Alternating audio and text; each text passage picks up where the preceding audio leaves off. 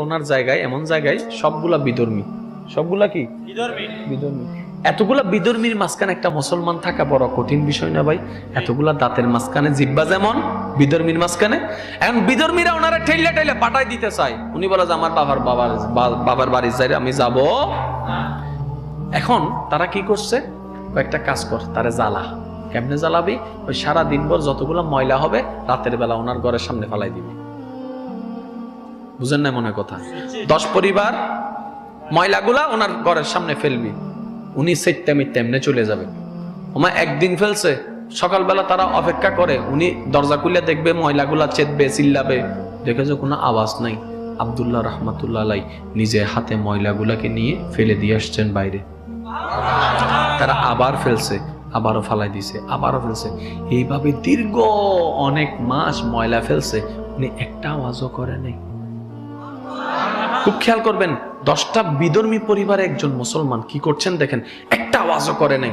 এখন হাজার হলে তো মানুষ, তাদের ভিতরে একটা লজ্জাবোধ তোর বাদ দেয় চাই, হারায় লাগু তো দি জীবন অলরের মাতন না ভাই। আমি আপনাকে যদি বলতে থাকি আপনি চুপ করে থাকেন, কিন্তু ঝগড়া হবে না তো, ঠিক না? সেজন্য নবী বলেছেন, স্বামী গরম হলে স্ত্রী চুপ থাকো, স্ত্রী গরম হলে স্বামী চুপ থাকো। এটাই হচ্ছে বন্ধুত্বের সম্পর্ক। সুবহান। স্বামীরও যেমন মন, স্ত্রীরও মন আছে। স্বামীও যেমন মানুষ, স্ত্রীও মানুষ। স্বামীরও যেমন ইচ্ছা আছে, স্বামী স্ত্রীরও ইচ্ছার অধিকার। মনে রাখবেন এগুলা। এখন তারা বন্ধ করে দিলেন। যেদিন বন্ধ করে দিলেন, আব্দুল্লাহ রহমাতুল্লাহ দরজা খোলার পরে দেখে যায় আজকে ময়লা নাই, তার মানে ধৈর্যের পরীক্ষায় জিতে গেছে। বলেন না সুবহানাল্লাহ। কিন্তু আপনি আমি হইলে তো খুশিতে আসমান উঠে যেতাম, জিতি গে খুশিতে আসমান জিতি গে, আজ এত ময়লা নাই। কিন্তু আব্দুল্লাহ রহমাতুল্লাহ কি করলেন, ওইখান থেকে বের হয়ে প্রত্যেকটা ঘরে গেলেন। দরজা খুলে দেখে যে আব্দুল্লাহ যারে জ্বালাইছে উনি আমার ঘরে। উনি বলে, আপনারা মনে হয় আজকে ময়লা ফেলতে ভুলে গেছেন, তাই আমি নিজে আসছি আপনাদের ময়লাগুলো নেওয়ার জন্য।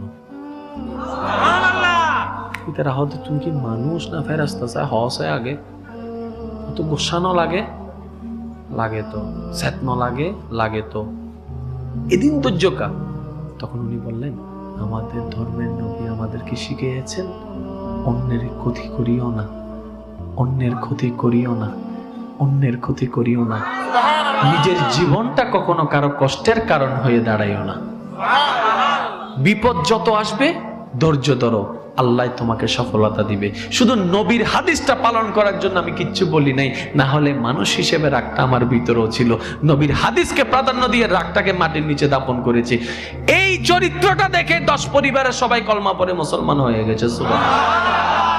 কোন বোমের দরকার বাস, আপনি শুধু ওই ঘটনা থেকে কপি করে ধৈর্যটাকে নিয়ে আসেন না, সফলতা তো আপনার হাতে এমনি আসতেছে। আমি শুধু এতটুকু অনুরোধ জানাবো, জীবনে যদি সফলতা চান আল্লাহ এবং রসুলের দিকে ফিরে আসুন। আর কোনো উপায় বলেন, আর কোনো উপায়? ঝগড়া করেও কোনো লাভ নাই, মারামারি করেও কোনো লাভ।